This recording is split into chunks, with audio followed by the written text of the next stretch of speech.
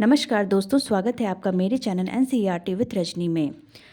दोस्तों, जैसा कि आप सब जानते हैं कि पिछले कई दिनों से मैं अपना वीडियो सेंड नहीं कर पा रही हूँ क्योंकि मैं बाहर में थी, परंतु अब मैं रेगुलर ही अपना वीडियो सेंड करूँगी।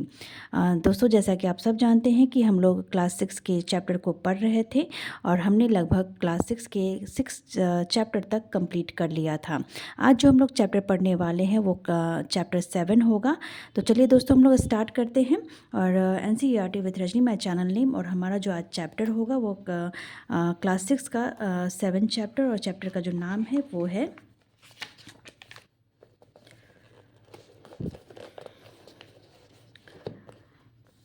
गति एवं दूरियों का मापन। और जो हमारा पहला क्वेश्चन है वो है, कौन सा आविष्कार यातायात प्रणाली में सबसे पहला और अहम आविष्कार माना जाता है।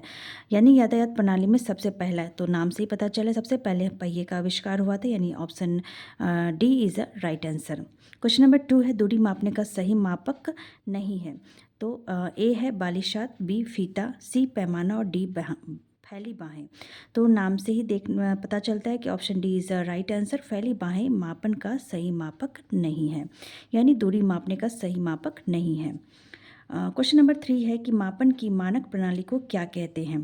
पहला है सेंटीमीटर पद्धति, बी है किलोमीटर पद्धति, सी है A+B और डी है मीटरी पद्धति। तो इसका जो आंसर है वो ऑप्शन डी है, यानी कि मीटरी पद्धति। एक बार हम लोग इसका डिटेल देख लेते हैं कि प्रत्येक व्यक्ति के शरीर की मापों में थोड़ी भिन्नता हो सकती है। शायद इसी कारण भी मापन में उलझनें आई होंगी। वर्ष 1970 में फ्रांसीसियों ने मापन की एक मानक प्रणाली की रचना की, जिसे मीटरी पद्धति कहते हैं। तो यह भी एक क्वेश्चन बन सकता है कि 1990 में मीटरी पद्धति की रचना किसने की, तो फ्रांसीसियों ने की। और या फिर ये भी क्वेश्चन बन सकता है कि मीटरी पद्धति की रचना कब हुई, तो 1990 में हुई। तो किसने की, तो फ्रांसीसियों ने की। या फिर फ्रांसीसियों ने जो मापन के लिए मानक प्रणाली की रचना की, उसे हम क्या कहते हैं, तो मीटरी पद्धति कहते हैं। तो इससे 3 क्वेश्चंस बन रहे हैं, तो इसलिए आप इस लाइन को अच्छे से लर्न कर लेना। क्वेश्चन नंबर 4 है, सुमेलित कीजिए। तो चलिए हम लोग एक बार सुमेलित करते हैं कि पहला है मीटर, और ऑप्शन ए है 100 सेंटीमीटर, बी है किलोमीटर, ऑप्शन बी है 1000 मीटर, सी है सेंटीमीटर, और 3 है सेंटीमीटर, और सी है 10 मिलीमीटर, और 4 है 5 किलोमीटर, यानी कि ऑप्शन डी है 5000 मीटर। तो ऐसा आपको सुमेलित में साफ साफ पता चल रहा है कि 1 मीटर बराबर 100 सेंटीमीटर होता है, 2 किलोमीटर बराबर 1 किलोमीटर बराबर 1000 मीटर होता है, 1 सेंटीमीटर बराबर 10 मिलीमीटर होता है, और 5 किलोमीटर बराबर 5000 मीटर होता है। तो option A is the right answer, यानी कि 1 का ए होगा, 2 का बी होगा, 3 का सी होगा, और 4 का डी होगा। तो अब हम लोग नेक्स्ट क्वेश्चन देख लेते हैं। क्वेश्चन नंबर 5 में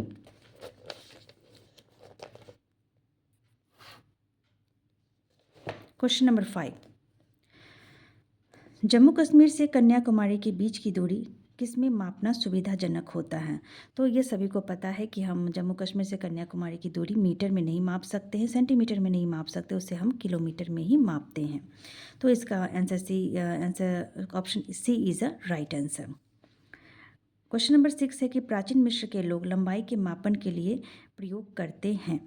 ए गज का, बी फुट का, सी ज्यामितीय रचना का, और डी कोहिनी से उंगली के छोर तक की लंबाई। तो आंसर है ऑप्शन डी, यानी कि कोहिनी से उंगली के छोर तक की लंबाई।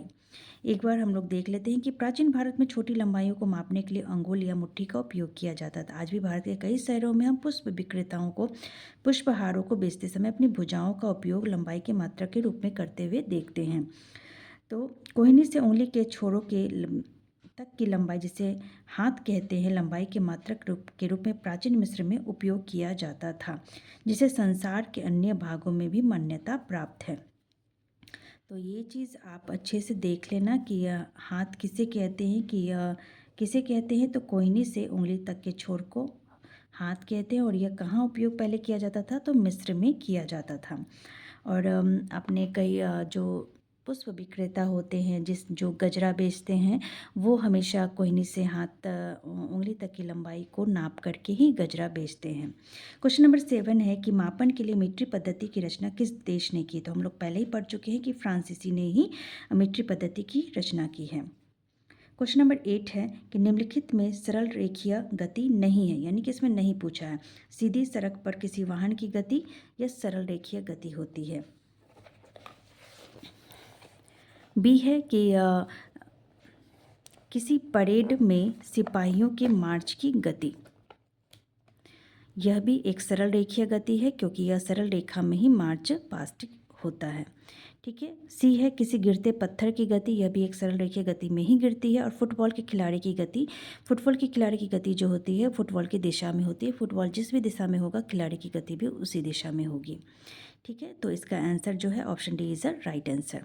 क्वेश्चन नंबर 9 है निम्नलिखित में से वर्तुल गति कौन सा है? वर्तुल गति यानी कि जो आपको घूमती हुई गति होती है उसे हम वर्तुल गति कहते हैं, जो गोल गोल घूमती है। तो इसका जो ऑप्शन दिया हुआ है ऑप्शन ए में सीधी सड़क पर किसी वाहन की गति या सरल रेखीय गति है। ठीक है। बी बिजली के पंखे की गति, यानी कि यह वर्तुल गति है। बिजली की पंखे की गति जो है वो गोल गोल घूमती है। किसी गिरते पत्थर की गति, यह भी एक सरल रेखीय गति है जिसे हम पहले ही पढ़ चुके हैं। और फुटबॉल के खिलाड़ी की गति, यह हर दिशा में जहाँ पे फुटबॉल होता है वो उस दिशा में घूमती है, तो यह ना तो सरल रेखीय गति है, यह घुमावदार गति में फुटबॉल के खिलाड़ी की गति होती है। तो answer B is a right answer. Question number 10 है कि वर्तुल गति के क्या उदाहरण हो सकते हैं? तो वर्तुल गति यानी कि गोल गोल जो घूमती है वो वर्तुल गति होती है। यानी पंखे की पंखुड़ी, यानी पंखों की जो पंखुड़ियों की गति जो तो होती है वो वर्तुल गति यानी गोल गोल ही घूमती है। घड़ी की सुइयों की गति यानी कि वो भी गोल गोल घूमती है, यानी कि वो भी वर्तुल गति का उदाहरण है। और सी है धागा से बंधा हुआ पत्थर की गति, तो वो भी वर्तुल गति में ही घूमती है, यानी कि ऑप्शन 1, 2 और 3 तीनों ही सही आंसर है। तो एक बार देख लेते हैं कि answer D is a right answer, यानी तीनों कथन इसके सही हैं।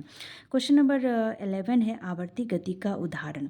आवर्ती गति यानी कि आगे पीछे दाएं बाएं जो घूमती है उसे हम आवर्ती गति कहते हैं। एक अंतराल से दूसरे अंतराल में आने में जो टाइम लगता है उसे हम आवर्ती गति कहते हैं। जैसे कि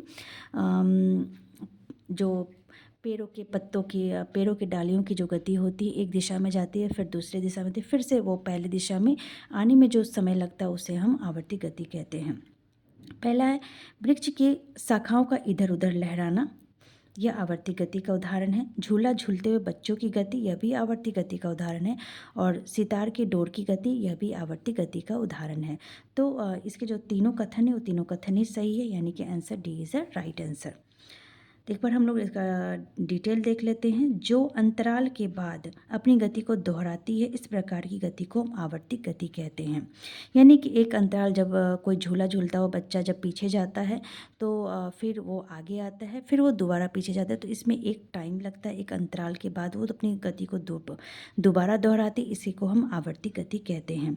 डोरी से बंधा हुआ वही पत्थर लीजिए जिसे अपने क्रियाकलाप में उपयोग किया था।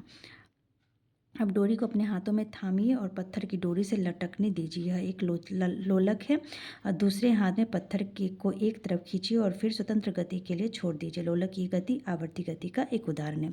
तो वृक्ष की शाखाओं का इधर उधर लहराना, झूला झूलते बच्चों की गति, सितार की डोरियों की गति, बजते हुए ढोलों की गति और झिल्ली की गति, ये सभी आवर्ती गति के उदाहरण हैं, जिसमें वस्तुएं का एक निश्चित समय अंतराल के बाद अपनी गति को दोहराती है।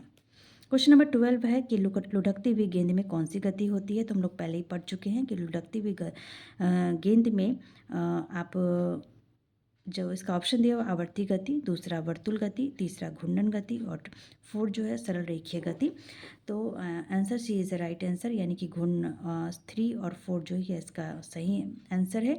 यानी कि जो कोई गेंद होती है लुढ़कती हुई गेंद, वो घूर्णन करते हुए लुढ़कती है और एक सरल रेखीय गति में लुढ़कती है, यानी कि यह दोनों ही इसका आंसर सही है।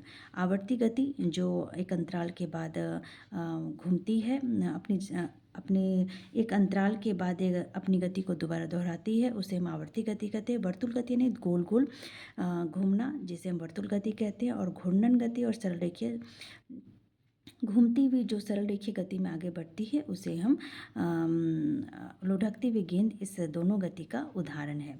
तो गेंद किसी फर्श पर लुढ़कती हुई और घूर्णन करते हुए आगे की ओर गति करती। इस प्रकार गेंद सरल रेखीय गति के साथ साथ घूर्णन गति भी करती है। तो दोस्तों, आज के जो चैप्टर है उसमें इतने ही क्वेश्चन हैं। आई होप आपको अच्छे से समझ में आया होगा। इसमें जो चैप्टर में जो कुछ महत्वपूर्ण बातें बताई गई हैं वो गति के बारे में बताई गई हैं और उसके कुछ उदाहरण बताए गए हैं। तो आप लोग इस गति को अच्छे से देख लेना और उसके उदाहरण को अच्छे से समझ लेना। आई होप आप आज का क्लास आपको अच्छा लगा होगा और आपके लिए उपयोगी रहा होगा। अगर दोस्तों आपको मेरा क्लास अच्छा लगे तो मेरे चैनल को लाइक करें, सब्सक्राइब करें और मुझे सजेस्ट भी करें कि आपको मेरा वीडियो कैसा लगा। और अगर आप कुछ इसमें चेंजेस चाहते हैं तो आप अपना सजेशन मुझे ज़रूर दीजिए।